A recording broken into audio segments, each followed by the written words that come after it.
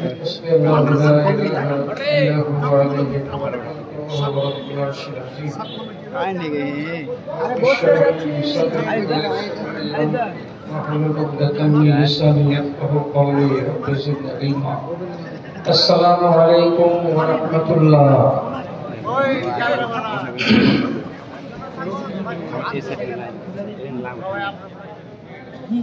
إن الحمد لله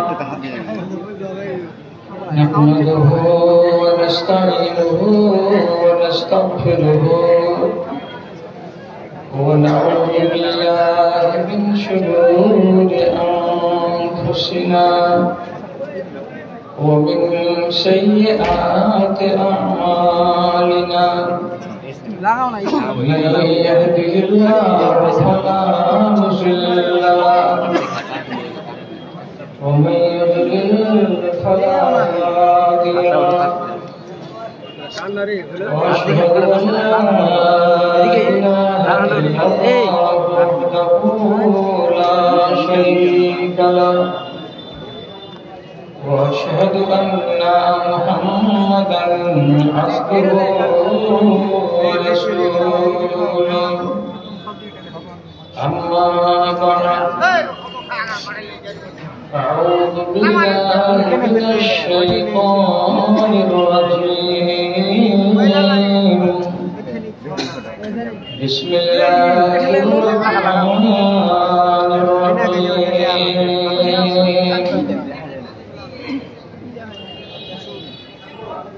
ولا تقف ما ليس لك به علم إن السمع والبصر والفؤاد كل أولئك كان عنه مسؤولا قال الله تبارك وتعالى فبما رحمة الله لنت لهم ولو كنت فظا غليظ القلب لانفضوا من حولك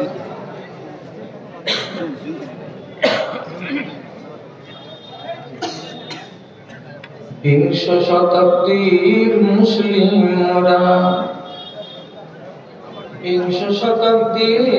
মুসলিমরা মুদের স্বরূপ ধর্মের টানে জনজাগরণী আমাদের ছাড়া নেই গো আমাদের ছাড়া নেই আমাদের মাঝে কোরআন রয়েছে হাদিস রয়েছে তাও আমাদের মাঝে কোরআন রয়েছে হাদিস রয়েছে তাও আলেম বকিছে দিন দিন করে মুমিন দেখিতে পাবো রে মুমিন দেখিতে পাবো জড়ে মানুষ বসে থাকি মোরা হেলাই কেটে যায় মোদের দিন বিশ্বভাবের নজরে তাই মোরা হয়ে গেছে আজ এতহীন হয়ে গেছে মোরা এতহীন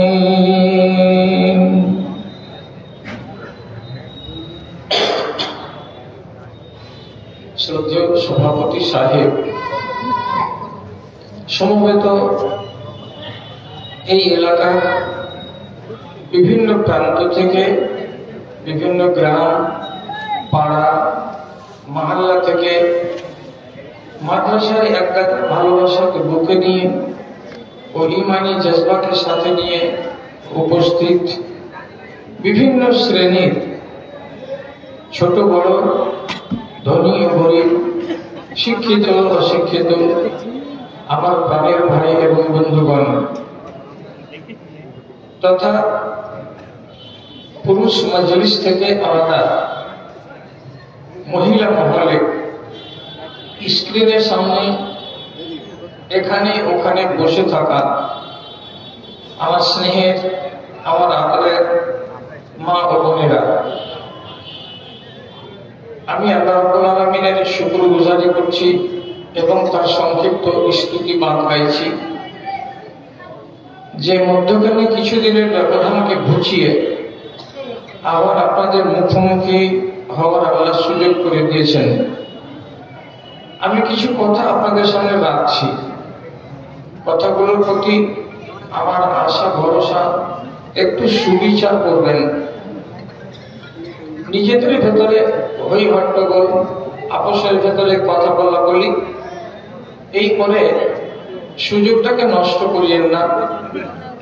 কেন যে এত মূল্যবান সময়কে আপনি গত করছেন, তো কিছু তো এইখান থেকে আপনাকে নিয়ে যেতে হবে। অন্তত 4টা কথা 5টা কথাও তো আপনার মগজের মেমোরিতে ঢুকবে, যে কথাটা কালকে আপনাকে হয়তো আলো দিতে পারে, হয়তো আপনাকে একটুখানি দিশা দান করতে পারে, হয়তো আপনাকে পথের যেটা সুপথ সেই সন্ধানটা দিতে পারে। তার জন্য উচিত যে আপনি কিছু কথাকে একটু মন দিয়ে শুনুন, হেফাজত করার চেষ্টা করুন। আমি আপনাদের সামনে 2টো আয়াত পড়লাম। পুরো আয়াতগুলোর ব্যাখ্যা বিশ্লেষণ করার সময় নেই, শুধু মর্মটাকে আমি নিচ্ছি আর নিয়ে আমার আলোচনাটাকে এগিয়ে নিয়ে যাচ্ছি। আল্লাহ তাআলা বলছেন, যে বিষয়ে তুমি জানো না সে বিষয়ে কথা বলিও না। কেন? শুধু বলে দিলেই যে পার হয়ে গেলে তা নয়। কিয়ামতের দিন এই মুখকে জিজ্ঞেস করা হবে, অর্থাৎ কৈফিয়ত তলব করা হবে। কানের কাছে কৈফিয়ত তলব করা হবে। অন্তরে কি ভাবনা ভেবেছেন তারও কৈফিয়ত আপনার কাছে চাওয়া হবে। তো যদি আপনার কোরআন আমাকে এই কথার জ্ঞান দেয় যে আমার কান এবং আমার অন্তর, আমার চোখ কৈফিয়ত দিতে বাধ্য থাকবে কিয়ামতের দিন, তাহলে আপনি দেখার বিষয়ে সংযমী হন। যেটাতেই মন চাইবে সেটাতেই নজর দিবেন, এটা যেন না হয়। যেটাই শুনতে ভালো লাগবে সেটাতেই কান লাগাবেন, এটা যেন না হয়। আপনার মনের ভেতরে কাউরি নামে কোনো কুপরিকল্পনা, কোনো কুমন্ত্রণা যেন তৈরি না হয়, এবং এই রকমের পরিকল্পনা যেন ভিতরে জন্ম না নেই, তার জন্য আপনাকে হুঁশিয়ার থাকতে হবে।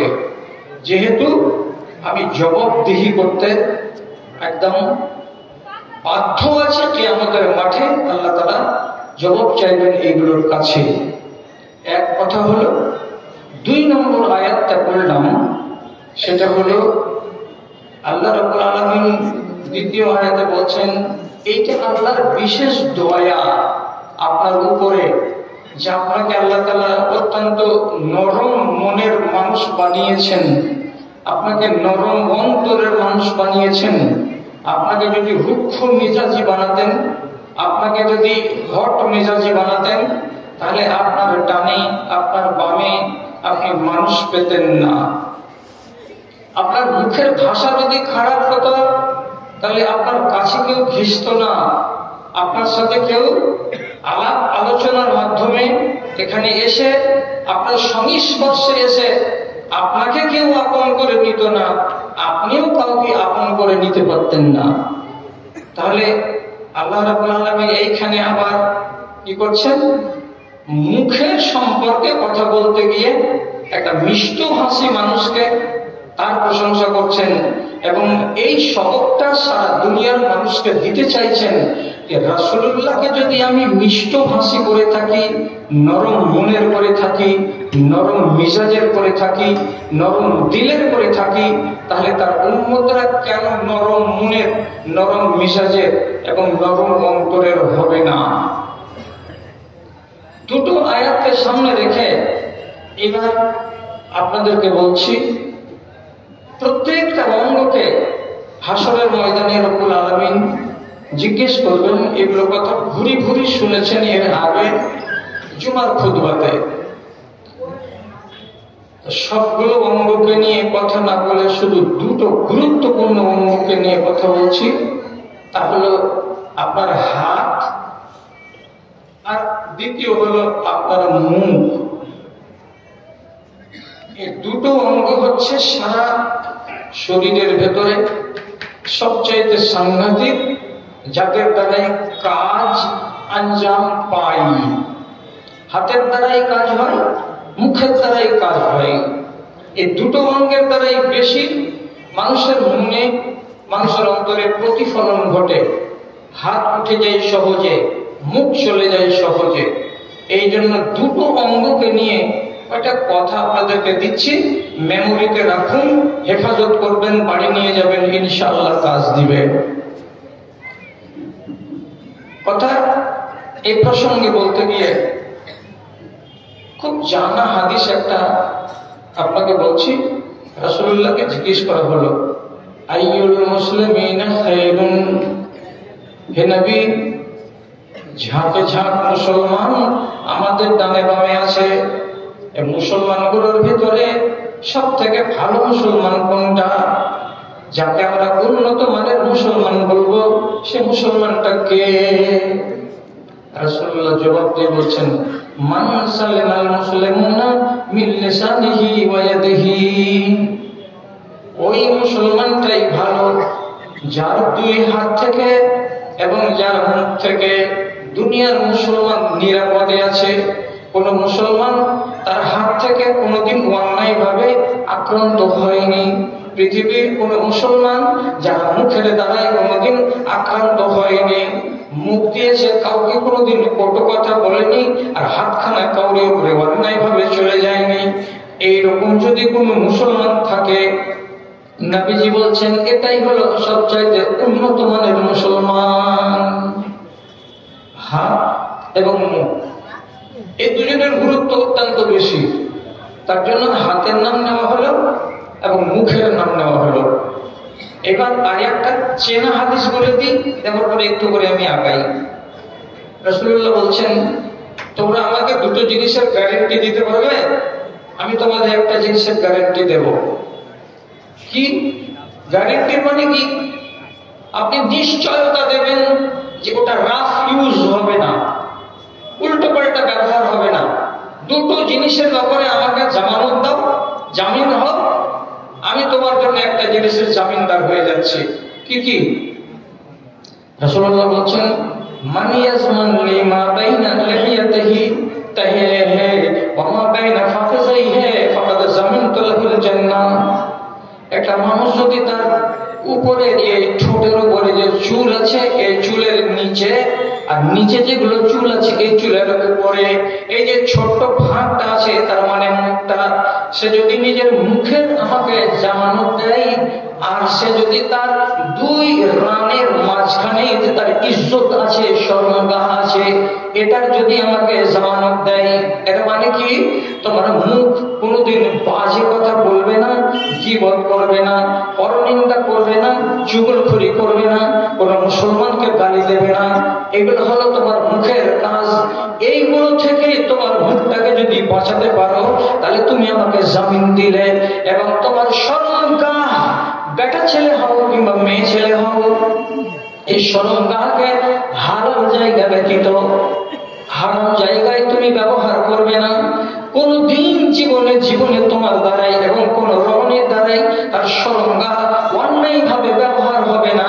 এর যদি জামানত দিতে পারো তোমরা, তাহলে আমি নবী তোমাদেরকে জান্নাতের জামিন দিয়ে দিচ্ছি, তুমি হবে জান্নাতের পাওনাদার।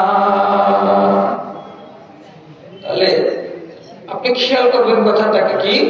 জান্নাতকে রব্বুল আলামিন যুক্ত করে রেখেছেন আপনার দুই ঠোঁটের সঙ্গে, এবং জান্নাতকে রব্বুল আলামিন যুক্ত করে রেখেছেন তার সঙ্গে আপনার ইজ্জত এবং আবরুর সঙ্গে। আবরু ঠিক, জান্নাত ঠিক। আবরু বরবাদ, জান্নাত বরবাদ। মুখ ঠিক, আপনার জান্নাত ঠিক। মুখ বরবাদ, আপনার জান্নাত বরবাদ। কষ্ট হচ্ছে মানতে যদি, তাহলে আল্লাহ তাআলা একটা পারাতে 3-4টা কথা পর পর বলছেন। ওই মুমিনগুলো কল্যাণ পেয়ে গেছে। কোন মুমিনগুলো? আল্লাহ তাআলা বলছেন আল্লাযীনা হুম ফি সালাতিহিম খাশিউন, যারা মন দিয়ে নামাজ আদায় করে।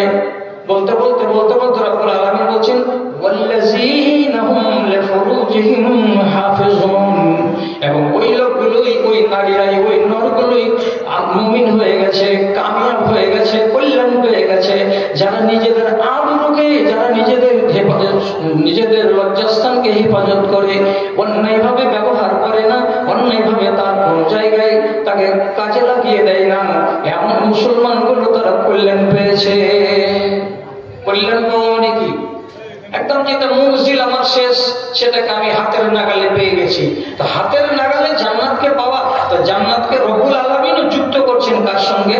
তা আপনার ইজ্জতের সঙ্গে। তাহলে সোজা সোজা তর্জমা দাঁড়ালো কি, ইজ্জতটা ঠিক আছে, ঠিক রেখেছেন? বলছে হ্যাঁ রেখেছি। তাহলে আপনার জান্নাত ঠিকঠাক আছে। ইজ্জত ঠিক নেই? বলছে না নেই। তাহলে পরে আপনার জান্নাতটা ঠিকঠাক নেই।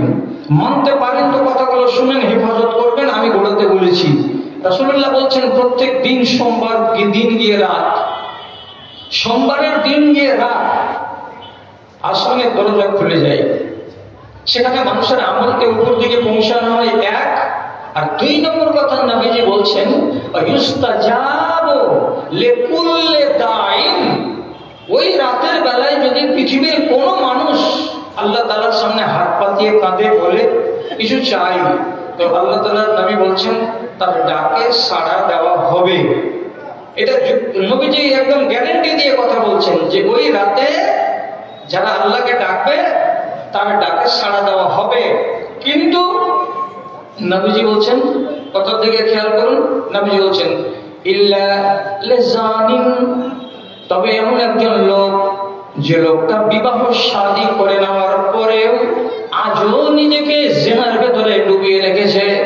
তবে ওই মেয়েটি বিবাহ শাদী করে নেওয়ার পর আজও কোন লোকের সঙ্গে তার নাজায়েজ সম্পর্ক লুকিয়ে লুকিয়ে হয়ে থাকে।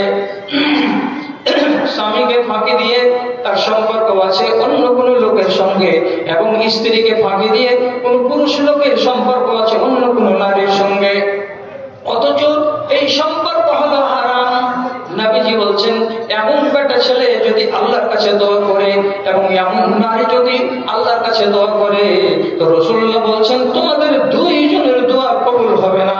আর এই 2টো লোককে বাদ দিয়ে পৃথিবীর যত মানুষ দোয়া করবে, আল্লাহ রাব্বুল আলামিন বলছেন, নবী বলছেন ইউস্তাজাবু লাহু, তার ডাকে সাড়া দেওয়া হবে এবং সে যেটা চায় সেটাকে তাই দেওয়া হবে। কি বুঝা গেল? আল্লাহর কাছে আমি জান্নাত চাইবো রাতের বেলায় উঠে, মালিক আখেরি জীবনকে আমার তুমি কামিয়াব বানাইও। এটাই তো হলো জান্নাত চাওয়া। আমি চাইতে গেছি তো আমার গ্লানি আছে গায়ে। কি গায়ে গ্লানি আছে? যে আমি বিবাহ শাদী হয়ে যাবার পরেও আমি নিজেকে পাক দামান রাখতে পারিনি। তাহলে আপনার দোয়া উপরে যাচ্ছে না, উপরে দোয়া যাচ্ছে না, তো আল্লাহর জান্নাত স্থির হচ্ছে না। ঠিক তেমনি একজন নারী, সে যদি আল্লাহর কাছে আখিরাতের জিন্দেগিতে কামিয়াবি চাই, এর মানে হলো জান্নাত কামনা করা, কিন্তু তার গায়ে ময়লা লেগে আছে। ময়লা যদি এখান থেকে খসাতে না পারে, জীবনে কোনোদিন তার দোয়া কবুল হবে না। কবুল হবে না মানে সে নিজের আখিরাতের জিন্দেগিতে ঠিকানাটাকে নিশ্চিত করতে পারবে না। এটাই হলো হাদিসের তর্জমা। তাহলে শেষের বেলায় খোলাসা দাঁড়ালো এই, হাতটাকে ব্যবহার করবেন একটু ভেবে চিন্তে, এই কথাটা মনে রাখবেন। আর মুখটার ব্যবহার করবেন একটু মাপজোক করে, যেখানে ইচ্ছা সেখানে মুখ চালাবেন না, আর যেখানে ইচ্ছা সেখানে হাত চালাবেন না। এই 2টো জিনিসকে একটু মার্জিত আকারে ব্যবহার করবেন। নতুবা একদিন আপনাকে খুব আফসোস করতে হবে হাত কেন চালালাম, নতুবা আপনাকে আরেকদিন আফসোস করতে হবে আমি কিসের জন্য মুখ চালাতে গেলাম। এইরকম হট করে মুখ চালিয়ে দেওয়া খেসারত গুনতে হবে আপনাকে। উদাহরণ দেব, খেয়াল করুন কথার দিকে। রাসূলুল্লাহ যুদ্ধ থেকে চলে আসছেন, এক ঝাঁক লোক আছে সাথে, সাহাবী। আসছেন আসছেন আসছেন, রাস্তায় এক মহিলা, তার উট ক্লান্ত হয়ে গেছে, চলতে পারে না, বারে বারে পিছিয়ে যাচ্ছে, বারে বারে পিছিয়ে যাচ্ছে। তো দল থেকে যখন পিছিয়ে যাচ্ছে তখন মগজটা গেছে তার খারাপ হয়ে, আরেকবার মনের রাগে উটের তল পেটে জোর করে এক লাত মেরে দিয়ে আরবি ভাষাতে উটটাকে বলছে, হাল ইয়ামাল উন্নত, হাল ইয়ামাল উন্নত, জোরে জোরে হাঁট এই অভিশপ্ত উট, জোরে জোরে হাঁট এই লানতি উট, কেন ধীরে ধীরে হাঁটছিস? রাসূলুল্লাহ এগিয়ে চলে গেলেন আর আমি পিছে পড়ে থেকে গেলাম। এই কথাটা বলতে গিয়ে মুখের ভাষা ব্যবহার করলো কি বলে, এই লানতি উট জোরে জোরে হাঁট, এই অভিশপ্ত উট জোরে জোরে হাঁট। একটা জানোয়ারকে কি বলল? লানতি, অভিশপ্ত। অভিশপ্ত তর্জমাটা কি আসলে দাঁড়ায়? যে আল্লাহর রহমত থেকে দূরীভূত হয়ে গেছে তাকে বলা হয় অভিশপ্ত। তো জানোয়ারটা যদি আল্লাহর কাছ থেকে রুজি পায়, তো তাহলে তোমার কথাতে ও অভিশপ্ত হলো কেমন করে? তোমার মন খারাপ হলো তো তুমি আর কিছু করো, তো তুমি মুখ দিয়ে চট করে বলে দিলে, এই লানতি উট, অভিশপ্ত উট, জোরে জোরে হাঁট। এ কথা কেন বলতে গেলে মুখে চুকে গেল, মুখের ভাষাটাকে সামাল দিতে পারল না। লাভ কি হলো? রাসূলুল্লাহ নিজের মুখের লাগামকে ধরে টেনে থমকে দাঁড়ালেন। দাঁড়ার পরে জিজ্ঞেস করলেন মুখ ফিরিয়ে, মালিক সাহেব, কে বললো এমন কথা গো? এই দলের লোক তোমরা কে বললো এমন কথা? লোকেরা দেখিয়ে দিয়ে বলছে যে এই উটের যে আরোহী আছে সেই এই কথাটা বললো। রাসূলুল্লাহ কি সাজা দিলেন? আনজিলু মা আলাইহি মিনাজ যাত। সাহাবীরা, এই উটের উপরে যতগুলো আমাদের সামান আছে নামিয়ে নাও। ওই মহিলাকে উটের উপর থেকে নিচে নামিয়ে দাও, আর দেওয়ার পরে উটের গলা থেকে দড়িটাকে খুলে দাও। উটটাকে এমনি করে ধাক্কা দিয়ে ইশারা করে ছেড়ে দাও, দল থেকে আলাদা হয়ে যাবে। আর ওই সামানগুলো তোমরা নিজেদের উটের উপরে ভাগ করে নাও। তারপরে তোমরা চলো, তোমরা হাঁটতে থাকো। উটটাকে দলে আর নিও না। কেন নিও না? এই মেয়ে ছেলেটির মুখের ভাষায় এতটাই খারাপ হলো যে একটা উট অবলা প্রাণী, তার কোনো দোষ নেই, তার কোনো ঘাটতি নেই, ঘাট নেই, কোনো অসুবিধা নেই, অথচ তাকে সে লানতি বানিয়ে দিয়েছে। লানত তার উপরে হবে না, কিন্তু তোমাকে শিক্ষা দেওয়ার জন্য যে তোমরা অন্যায়ভাবে মুখটাকে ব্যবহার করে তাকে লানতি কেন বানাতে গেলে? মুখ যা শিখবে তুমি বেশি করে শিখবে, তার জন্য মুখটাকে ছেড়ে দাও, জঙ্গলে জঙ্গলে চলে বেড়াবে। সাহাবায়ে কেরাম বলছেন, দেখেছি ওই উটের দুধ কেউ খেত না, দেখেছি ওই উটের উপরে কেউ চড়তো না, দেখেছি উটকে কেউ তো আমার উট বলে তার গলায় দড়ি লাগাতে যেত না। কেন? যে একটা মানুষের মুখের ভাষার কারণে মুখটা লানতি হয়েছে। আর রাসূলুল্লাহ জিন্দেগির মতো তাকে মানুষের ব্যবহার থেকে খারিজ করে দিয়েছেন।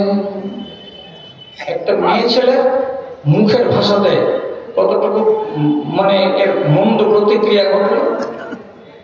রাসূলুল্লাহর বাড়িতে বাহির থেকে একটা লোক আওয়াজ দিয়েছিল, আসসালামু আলাইকুম ইয়া রাসূলুল্লাহ। রাসূল বাড়িতে আছেন, দেখা করবে, কথা বলবে। এরা সব রাসূলুল্লাহর অনুসারীরা, এরা হলো আল্লাহ পাকের রাসূলের উপরে কুরবান জানেওয়ালা মুসলমান। তো লোকটার আওয়াজ শুনে আম্মা আয়েশা টিহুড়ির মাঝখানে এসে উঁকি মেরে দেখলেন, তো লোকটার সাইজ একটু ছোট, যাকে আমরা বলি বেটে। বেটে মানুষ, তাহলে লম্বাও আল্লাহ, বেটেও আল্লাহ, মাঝারি সাইজও আল্লাহ, কালো আল্লাহ, সাদা আল্লাহ। মা আয়েশা রাসূলুল্লাহকে দিয়ে রিপোর্ট করছেন কি জানেন? একটু ভাষাটাকে অন্য করেই বলছেন যে এইরকম একটা বাইছে, আমাদের যেমন দেশের ভাষা আমরা বলি যে একটা ফুট বেড়া সাইজের একটা মানুষ, এরকম একটা নাট্টু মানুষ বাইরে দাঁড়িয়ে আছে আপনার অপেক্ষাতে। তো একটা মানুষকে যদি ভালো ভাষাতে বলি যে বেটে, তো বেটেকে বেটে বলা যাবে না, কটাকে কটা বলা যাবে না। কোন মুচির ছেলেকে যদি সামনে দেখেন, আপনি এই কথাটা বলতে পারবেন না যে এই মুচির ছেলে, এই কথাটাতে তাকে লজ্জা লাগবে। তার জন্য এমন শব্দ ব্যবহার করতে নিষেধ আছে। তো মা আয়েশা কি করলেন? লোকটাকে বলছেন এইরকম বেঠে মানুষ বাড়ির গুলোতে এরকম দাঁড়িয়ে আছে। রাসূলুল্লাহ বলছেন, তোমার মুখ দিয়ে যে কথাটা বের হলো কি হবে এতে?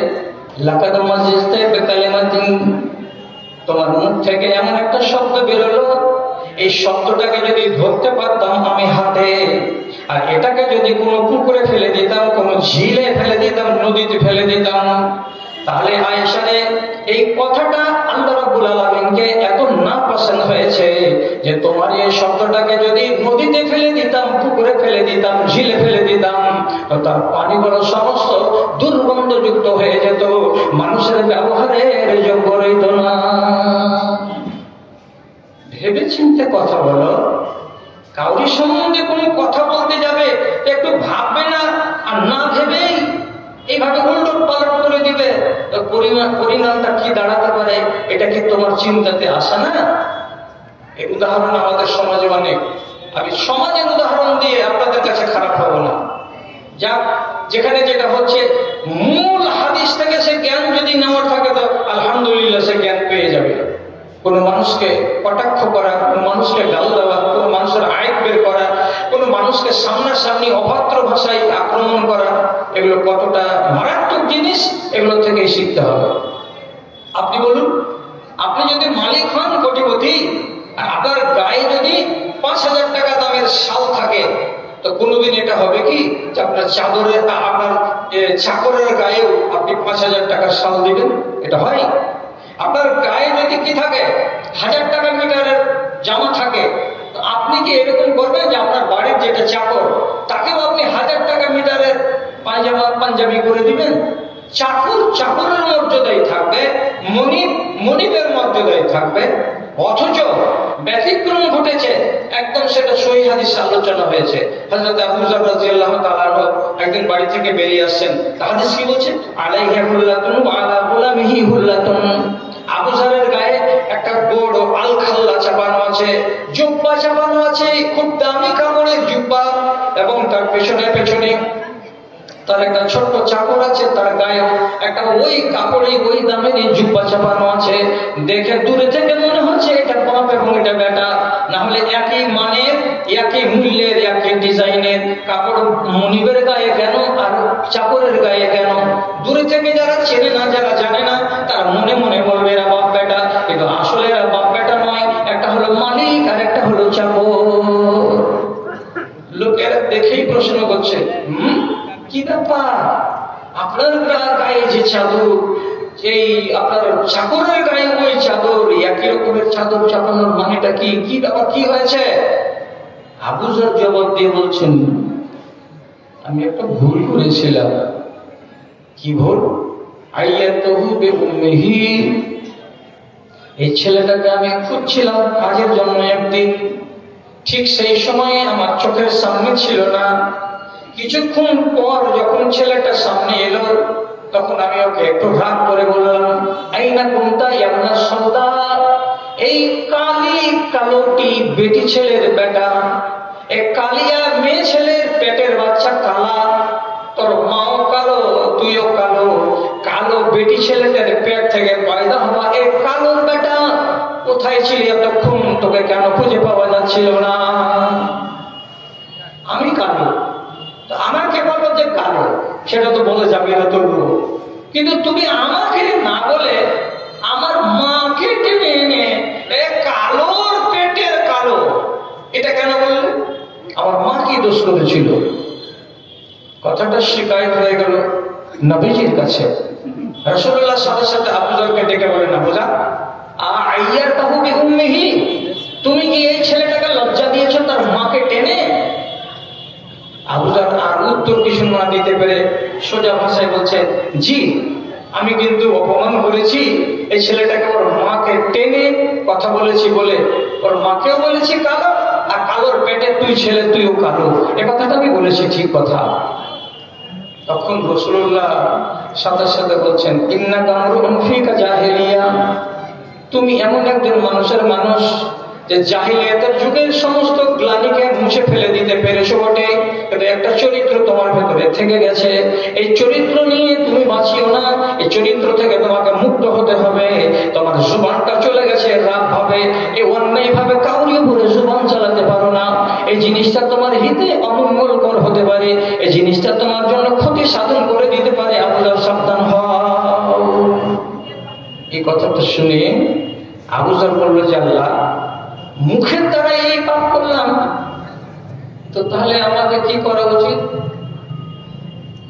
এই জন্য আমি করেছি কি, দামি কাপড়ের চাদর গায়ে দিয়ে এসেছি আমি, আর দামি কাপড়ের এই হুল্লা তার গায়ে চাপিয়ে দিয়েছি। মনিবের গায়ে যে কাপড়, চাকরের গায়েও সেই কাপড় দিয়েছি, দিয়ে আমি নিজের কথার খেসারত আদায় করছি, যাতে করে আল্লাহ তাআলা আমাকে মাফ করে দেন যে আমি ভুল কেন করতে গেলাম। জি, তাহলে উনি বুঝতে পারলেন বলে সংশোধন করে নিলেন। তাই এই হাদিসটাকে যদি আপনি আর আমি আমার জীবনে লাগাতে যাই এবং এটাকে প্রয়োগ করি, তাহলে নিজে বলুন তো, ব্রেনের মেমোরিতে যদি থাকে যে কোনো মানুষকে এমন কোনো কথা বলে ডাকা যাবে না বা তাকে লজ্জা দেওয়া যাবে না যে কথাটা শুনতে গেলে তার মন খারাপ হবে, তার ভেতরটা খারাপ হবে, সে লজ্জিত হবে, তাহলে আপনি কতবার তাকে কতদিন বলেছেন, আর আগামী দিনে নিজেকে সাবধান বা সংযমী করতে পারছেন না, এই হাদিস থেকেই আপনাকে শিখে নিতে হবে। বলার ব্যাপারে মুখটাকে সাবধান করেন। এর জন্য উর্দু কবি বলছেন, হাজার আফাতোं से बचे रहते हैं वो, हजार आफतों से बचे रहते हैं वो, जो सुनते ज्यादा हैं और कम बोलते हैं, जो सुनते ज्यादा हैं और कम बोलते हैं। 10টা মুসিবত থেকে বেঁচে থাকবেন যদি শুনেন বেশি আর বলেন কম। বলেন কম আর শুনেন বেশি, তাহলে এতে আপনার লাভ আছে, আপনার ঈমান সালামতিতে থাকবে। এবং রাসূলুল্লাহ বলেন, যদি বলার জন্য মুখ সুড়গুড় করে তো ফালিয়াকুল খায়রান, ভালো কথাই বলো। যদি মুখটা চুপ হতে না রাজি হয়, তাহলে যদি বলেন তো ভালো ভালো কথা বলেন, নামাজের কথা বলেন, রোজার কথা বলেন, ইতিহাসের কথা বলেন, বীর বাহাদুরদের কথা বলেন, কোরআনের কথা বলেন, এইগুলো বলেন তো ঠিক আছে। আর যদি বলার মতো এগুলো যোগ্যতা না থাকে, আপনি যদি শুধু তৃণমূলের কথা বলবেন আর বিজেপির কথা বলবেন আর রাষ্ট্রের কথা বলবেন আর হানাফির কথা বলবেন আর বেরেলির কথা বলবেন আর এর উপর সঙ্গে কাজিয়া লাগালাগি করে বেড়াবেন, তো এর চাইতে ভালো হলো মুখটাকে বন্ধ করে রেখে দেওয়া। নবীজি নিজে বলছেন, হয়তো পারো তো ভালো কথা বলো, আর হয় মুখটাকে চুপ করে রেখে দাও। কে মানে? ওটা লোক মানে এই দেশে মুখের উপর যা চলছে আজকাল খিস্তি। যদি মুখের খিস্তি দেখতে চান তো 6টা লেবার কোন এক্সপ্রেস ট্রেনের জেনারেল ডিব্বাতে আছে, আপনি ওদের সাথে একবার সফর করে দেখেন। দিল্লি থেকে বাড়ি আসছে, ফারাক্কা থেকে শামসি পর্যন্ত নামবেন, তো শুধু লুকিয়া মোবাইলটাকে রেকর্ডে চালু করে রেখে দেন। কতটি ফ্যান্সি ফ্যান্সি ফ্যান্সি ফ্যান্সি গালি মুসলমানের মুখ দিয়ে যে বেরোচ্ছে, বাচ্চাগুলোর মুখ দিয়ে, যেগুলো ভাষা মুখে আনা যাবে না। আর আপনি যে একটা বুড়া মানুষ, বুজুর্গ, টুপি মাথায় দিয়ে সাদা সাদা ফ্যাকাশে ফ্যাকাশে দাড়ি নিয়ে দাঁড়িয়ে আছেন ওদের মাঝখানে, একে আল্লাহ লাজও দেয়নি, একে আল্লাহ লেহাজও দেয়নি, একে রব্বুল আলামিন কোনো বুদ্ধিও দেয়নি যে আমাদের এই জাত ভাই একটা বয়স্ক বুজুর্গ দাঁড়িয়ে আছে আর তার সামনে আমরা এরকম খিস্তির কথাগুলো আল্লাহ আর সালা আর অমুক আর তমুক, অমুকের বেটা তমুকের বেটা, এতগুলো কথা মুখ দিয়ে বের করছি। রব্বুল আলামিন কি কথাগুলো ধরবেন না? ঠিক চায়ের দোকানেও তাই ভাই। চায়ের দোকানটা কিসের জায়গা? এটা শুধু গুজব করার জায়গা আর শুধু আমল নষ্ট করার জায়গা। এমন মানুষ একটা আছে, দেখাবেন আপনি? না খানপুরে আছে না বিশনপুরে আছে, কোন জায়গাতে আছে। চা খেতে হবে, যান চা খান। চা খাওয়া হয়ে গেল, জলদি উঠুন এখান থেকে। কেন? এখানে বসতে গেলে আপনাকে 10টা কথা শুনতে হবে। 10টা কথার ভিতরে 9টা কথা ফালতু হবে। একটা কথার যদি জবাব করেন কোনো ফালতু, তো আপনি ফহশ বইয়ের ভেতরে আর বাকওয়াসের ভেতরে নিজেকে শরীক করে নিলেন। অতএব ওরা যদি 1 নম্বর গুনাহগার হয়, তো আপনি হবেন 2 নম্বর গুনাহগার। এই জন্য আল্লাহ রাব্বুল আলামিন কোরআন মাজিদের ভেতরে একটা কথা বলেছেন, কিয়ামতের দিন একগুলো লোককে জিজ্ঞেস করা হবে যে হগো তোমরা কি মার্ডার করেছিলে? বলে জাহান্নামে এসেছো? বলে জি না, আমরা মার্ডার করে জাহান্নামে আসিনি। তো অপরাধটা তোমরা কি করেছিলে? তো ওরা স্বীকার করে বলবে, এক অপরাধ আমাদের এই যে লাম নাকু মিনাল মুসাল্লিন, আমরা নামাজি ছিলাম না। লাম নাকু নুতঈমুল মিসকিন, আমরা ফকিরকে খেতে দিতাম না। 2টো রোগ হলো। 3 নম্বর রোগ যেটা শুনলে আপনিও অবাক হবেন, ওরা কি বলছে? ওকুন্না নাখুযু মা'আল খায়িজিন, যারা গুজবকারী, শুধু বসে বসে গিল্লা করে গুজব করে, তাদের সঙ্গে দোকানে বসে বসে শুধু ভদর ভদর ভদর ভদর করতাম। অমুকের বেটিকে নিয়ে পালিয়ে গেছে, অমুকের বেটা অমুকের বেটির সঙ্গে ধরা পড়ে গেছে, অমুক অমুকের জমিকে মেরে দিয়েছে, অমুক অমুকের সঙ্গে এ করে দিয়েছে। রিপোর্ট সত্য নয়, মিথ্যা নয়, কিছু যাঞ্চ করা করি নাই।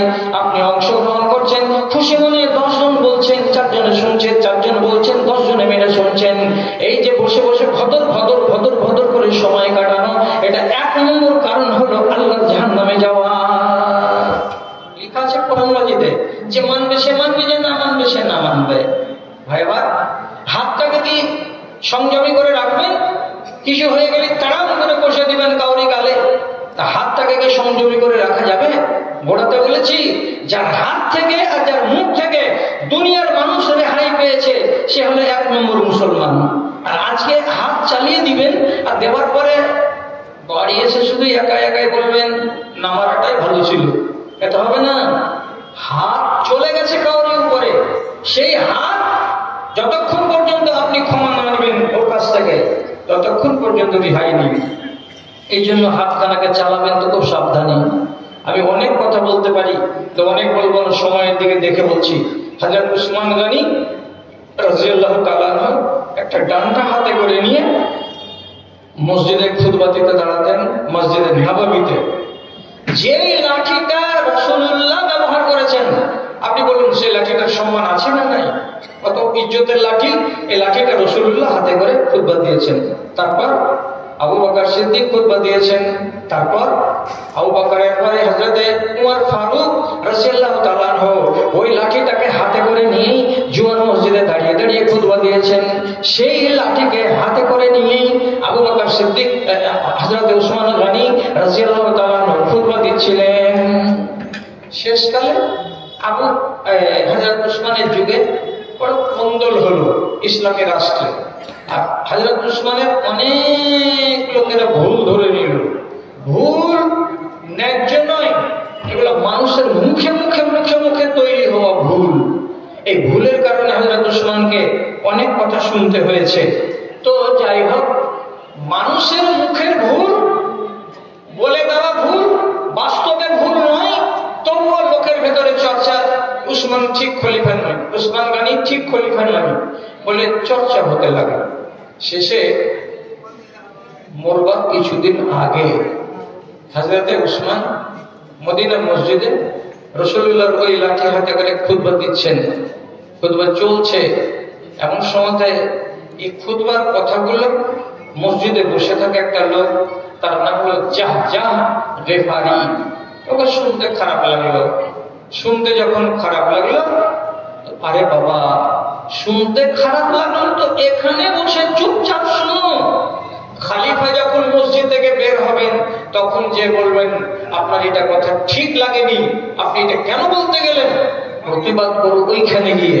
কিন্তু খতিব খুতবা দেবে আর তুমি খুতবা চলাকালীন তাকে বাধা দেবে, এই অন্যায়টা কেন তুমি করতে গেলে? থামতে পারলো না। শেষে লাইনকে চিরে চিরে চিরে চিরে হাঁটতে হাঁটতে একবার মিম্বারের কাছে গিয়ে হযরত উসমান খুতবা দিচ্ছেন, লাঠিটাকে জোর করে ছিনিয়ে নিলেন হযরত উসমানের হাত থেকে, আর দিয়া মসজিদের ভেতরেই শত শত মানুষের সামনে ওই লাঠিখানা কেড়ে নেওয়ার পর এভাবে 2 হাত দিয়ে ধরে নিজের হাঁটুতে জোর করে এইভাবে যেমনি মেরে দেওয়া, লাঠিখানা 2 টুকরা হয়ে গেল, ভেঙে গেল লাঠি। এবং যে অংশটা ভাঙলো সেই অংশটারই সামনে জাহজাহ গিফারির হাঁটুর নিচে সামান্য একটু আঁচড় পড়ে গেল।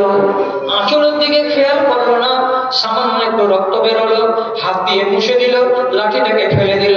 হযরত উসমান গনি মনের দুঃখে খুতবা থেকে নেমে গেলেন, মিম্বার থেকে নেমে গেলেন। তিনি নামাজ আর আদায় করতে পারলেন না, চলে গেলেন বাড়ি। খুতবা পড়ালেন, সম্পূর্ণ করলেন। আরেকজন লোক বাড়িতে গিয়ে চোখ দিয়ে পানি ঝরছে, ওরে আল্লাহর বান্দারা, তোমরা তো নবীর সাহাবী, রাসূলুল্লাহর আদর্শ,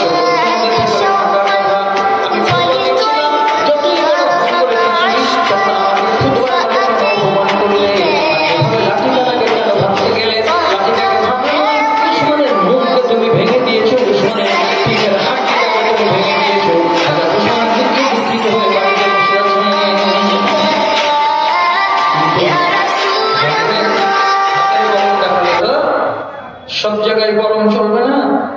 হতে পারে এই গরমটা আল্লাহ তাআলা দুনিয়াতে নামিয়ে দিতে পারে। ইতিহাস সাক্ষ্য দিচ্ছে এবং নির্ভরযোগ্য ইতিহাস থেকে প্রমাণিত, জাহজাহ গিফারিকে অসুখ লেগে গেল। কি অসুখ লাগলো? আসাবাহুল আকিলাত, তাকে রোগ লেগে গেল, সেপটিকের রোগ। তার মানে কি?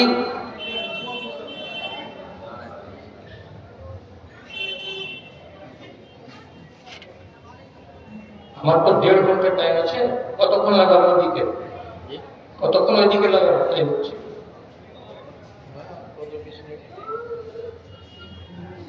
আরো এখন সময় আছে। ঠিক আছে।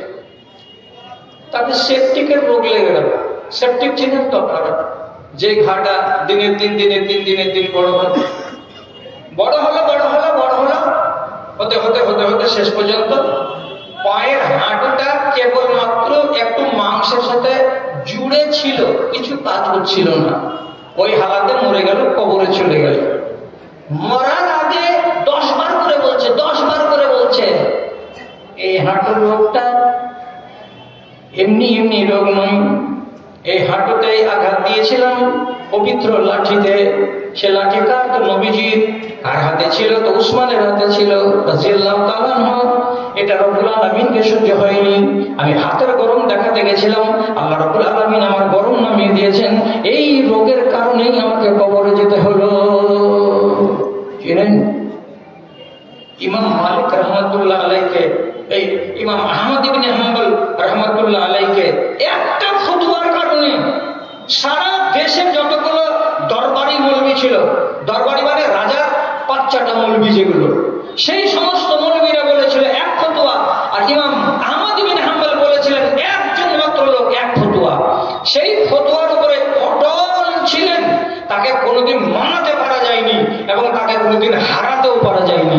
এই জন্য বাধ্য করেছিল করে তাকে জেলে ভরে মারা হয়েছিল। সকাল বিকাল মার খেয়ে বেচারির শরীরের কোন একটা জায়গা দাগহীন ছিল না। মরবার আগে অসুখ লাগলো, তো অসুখটা সবচাইতে যেটা বড় অসুখ, উনার পিসাবের দাঁড় দিয়া ফোটা সব সময় রক্ত পড়তো।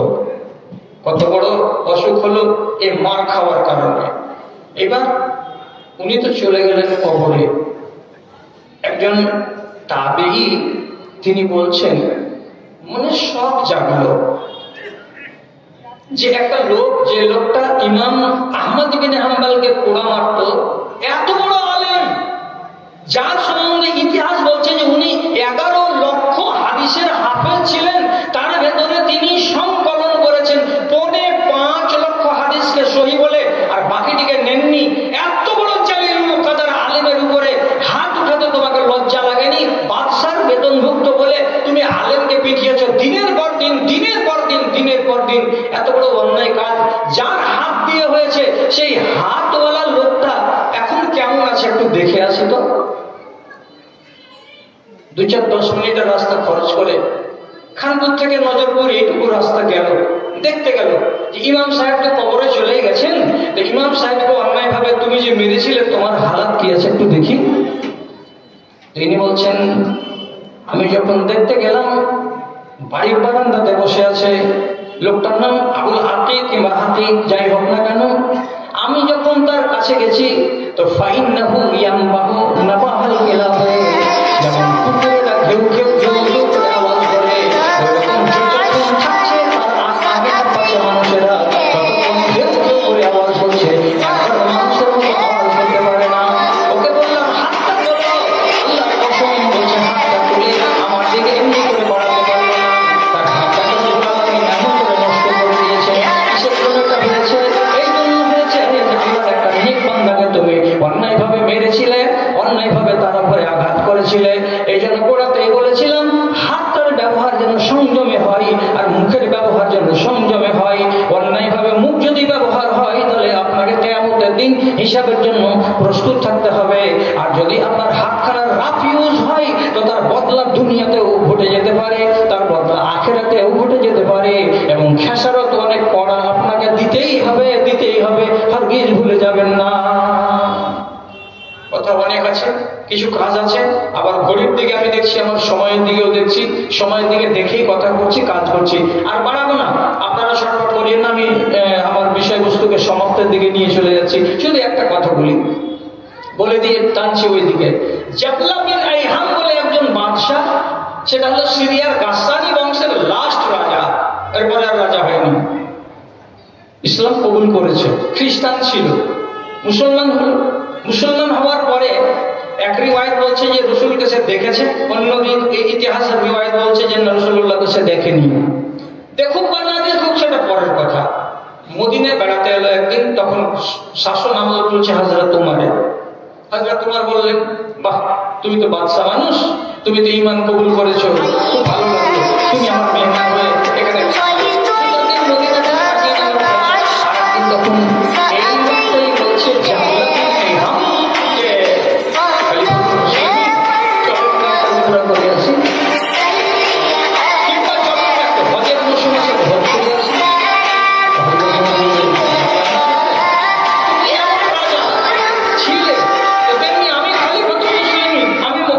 মদিনা ইসলামী রাষ্ট্রের আমি হলাম নায়ক, তো চলো দুইজনে মিলে ভালোই জমবে আমাদের সফরটা, সফর করে আসি মক্কায়। মক্কা চলে গেছেন, তওয়াফ চলছে। এটা একটা মুসলমান আর খলিফাতুল মুসলিমিন হযরত উমর আগে পিছে তওয়াফ চলতে হঠাৎ কি ঘটনা ঘটলো? বনি ফুজারা বংশের একটা সাধারণ মানুষ তওয়াফ চলতে জাবলা বিন আইহামের চাদরের কোন একটা অংশ জমিনে একটু ছেঁচড়া ছিল, আর ওই ভিড়ের মাঝখানে এই সাধারণ লোকটার পা চাদরের উপরে তার পড়ে গেল। চাদরের উপরে যেমনি পাটা চেপে যাওয়া, এখানে তার টান পড়লো, কোমর পর্যন্ত যখন টান পড়লো, জাবলা বিন আইহাম জানতে পারলো যে আমার চাদরে কেউ পা দিয়ে দিয়েছে। ঘুরে দেখছেন তো একটা সাধারণ মানের লোক আমার চাদরে পা দিয়ে দিয়েছে। নিজের সেন্টিমেন্ট মনে করে তার দিকে তাকিয়ে সঙ্গে সঙ্গে এক থাপ্পড় তার গালের উপরে বসে দিলেন। সাথে সাথে তার নাকটাকে কাটিয়ে দিলেন, আর নাক দিয়ে তপ্তপ করে হারাম শরীফের ভেতরে রক্ত পড়ল।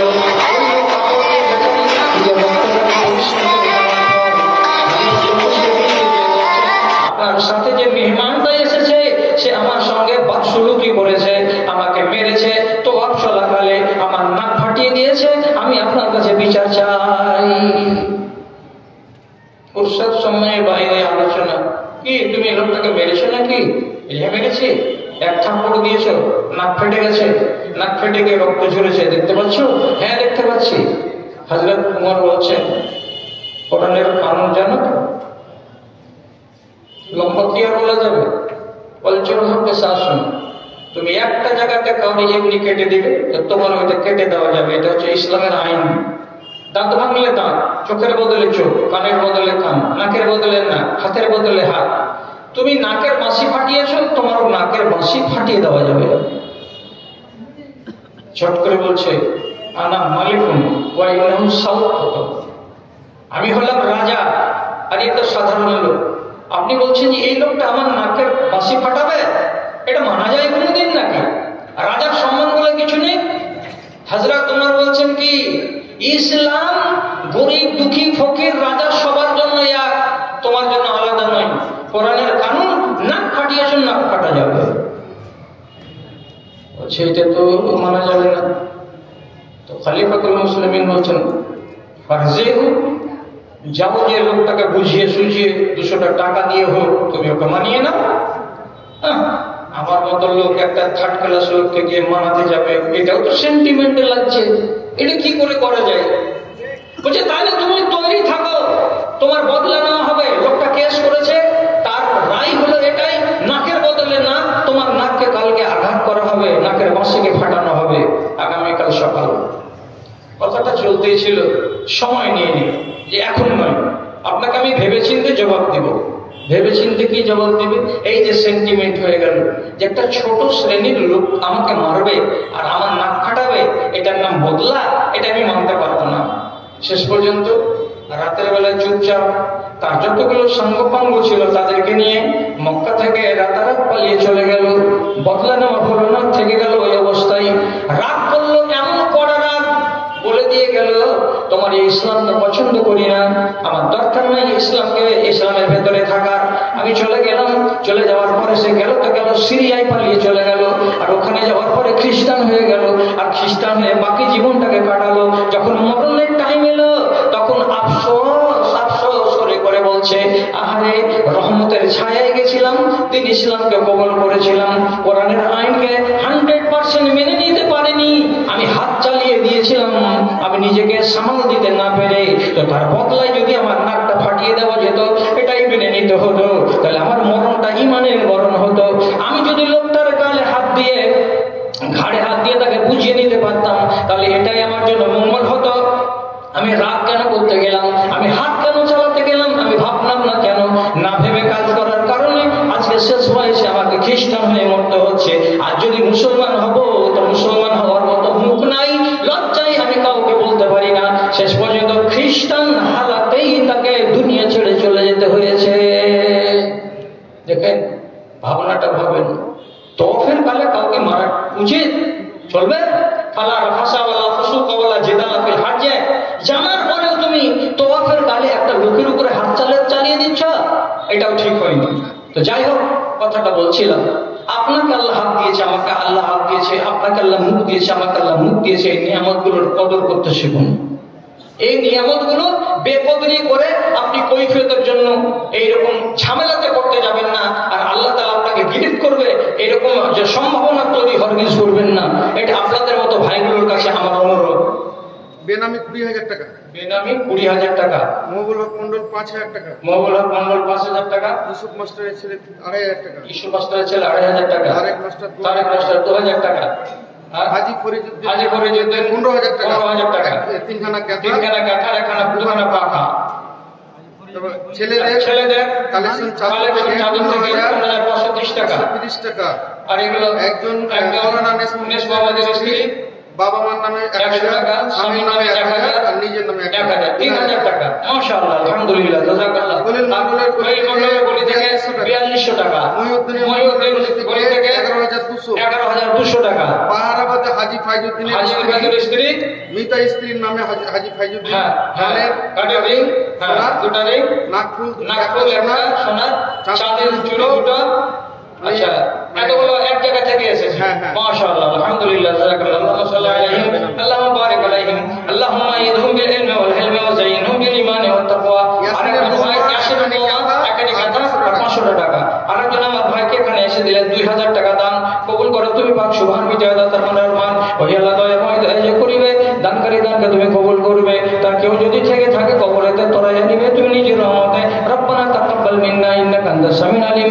আমিন আমিন বিরহমাতিকা ইয়া আরহামার রাহিমিন। তো যারা এখন পর্যন্ত এই আপনার প্রাণপ্রিয় প্রতিষ্ঠান, যার সঙ্গে আপনার নারীর সম্পর্ক, যার সাথে আপনার নারীর সম্পর্ক, অর্থাৎ হরিশ্চন্দ্রপুর, মাশাআল্লাহ, আলহামদুলিল্লাহ, আমার এক ভাইজান হরিশ্চন্দ্রপুর থেকে এসে এখানে দিলেন 1,000 টাকা। আল্লাহ তুমি তার প্রতি সক্ষতারে দেখো, সত্যবত রেখা। ওই আল্লাহ দয়াময় পাক সুবহান বিজয়দার মনের মান। আমিন। আরেকজন আমার ভাইজান এখানে আসিয়া 500 টাকা দান দিল মাদ্রাসা লাগিয়া। আরেকজন দিলেন 200 টাকা দান। কবুল করো তুমি পাক সুবহান বিজয়দার মনের মান। মৃত্যু মা বাবার নামে 500 টাকা। আচ্ছা, মৃত্যু কয়েকজনের নামে দিয়েছে 500 টাকা। আল্লাহুম্মা গফির লাহুম ওয়ারহামহুম, আল্লাহুম্মা ইদহুম বিল ইলমি ওয়াল হিলমি ওয়া যায়িনহুম বিল ঈমানি ওয়াত তাকওয়া। আরেকজন আমার ভাই 700 টাকা দান করেছেন। আল্লাহুম্মা সাল্লি আলাইহি, আল্লাহুম্মা বারিক আলাইহি, আল্লাহুম্মা আকসির মা লাহু ওয়া ওয়ালাদাহু ওয়া বারিক লাহু ফিমা আতাইতাহু ওয়া জিদ ফি উমরিহিম। আমিন আমিন বিরহমাতিকা ইয়া আরহামার রাহিমিন। তোমার আদেশে দিন চলে যায়, আধার নেমে আসে রাতে। আরেকজন ভাই 100 টাকা, আরেকজন আমার ভাই 500 টাকা দান। কবুল করো পাক সুবহান বিজয়দার মনের মান।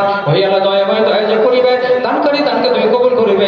তাদের কেউ যদি থেকে থাকে কবরেতে, তবে নিবে তুমি নিজের রহমতে। রব্বানা তাকাব্বাল মিন্না ইন্নাকা আনতাস সামিউল আলিম। আমিন আমিন বিরহমাতিকা ইয়া আরহামার রাহিমিন। আরেকজন আমার ভাইজান এখানে আসিয়া 100 টাকা দান দিল তোমারও লাগিয়া। আরেকজন আমার ভাইজান এখানে দিয়েছিল 500 টাকা তোমার রায় পাঠাইল। এবং কবর কাল করো মঙ্গল।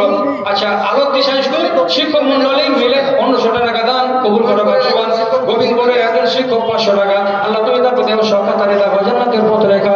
ওই আল্লাহ দয়াময় মেহের করিবে, দানকারী দানকে কবুল করিবে। একজন 100 টাকা। আরেকজন বেনামিতে 1,000 টাকা দান করেছে আল্লাহ। শফিকুল ইসলাম আমার ভাইজান দিলেন 500 টাকা। আল্লাহ তুমি তার প্রতি হয়ে যাও সকা।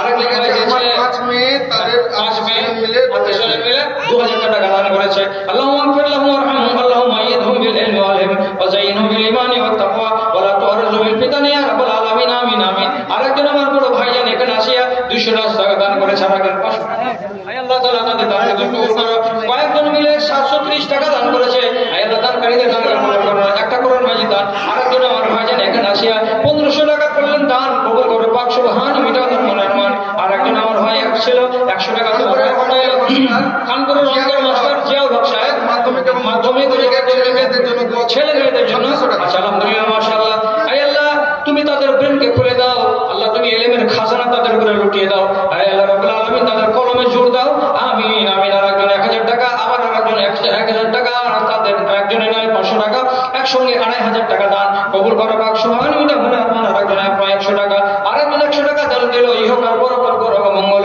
রব্বানা তাকাব্বাল মিন্না ইন্নাকা আনতাস সামিউল আলিম আমিন আমিন বিরহমাতিকা ইয়া আরহামার রাহিমিন এই কথা শোধালে হৃদয় আমার সত্যি ডুবিয়ে যায় একজন হাজী সাহেব 500 টাকা দান করেছেন রব্বে কারীম মাদ্রাসার পাশে শ্বেতাপুরের স্ত্রী শ্বেতার মারা গেছে তার মাশাআল্লাহ আলহামদুলিল্লাহ আল্লাহুম্মা গফির লাহু ওয়ারহামহু আল্লাহুম্মা গফির লাহু পরবর্তীকার আলম আব্দুল মাজিদ ভাইজি সাহেব 500 টাকা পরবর্তীকার তোমার বান্দি 5000 টাকা বার পাঠিয়ে স্বামীর নামে রব্বে কারীম দেখে সাদকায়ে জারিয়া বলে কবুল করে নাও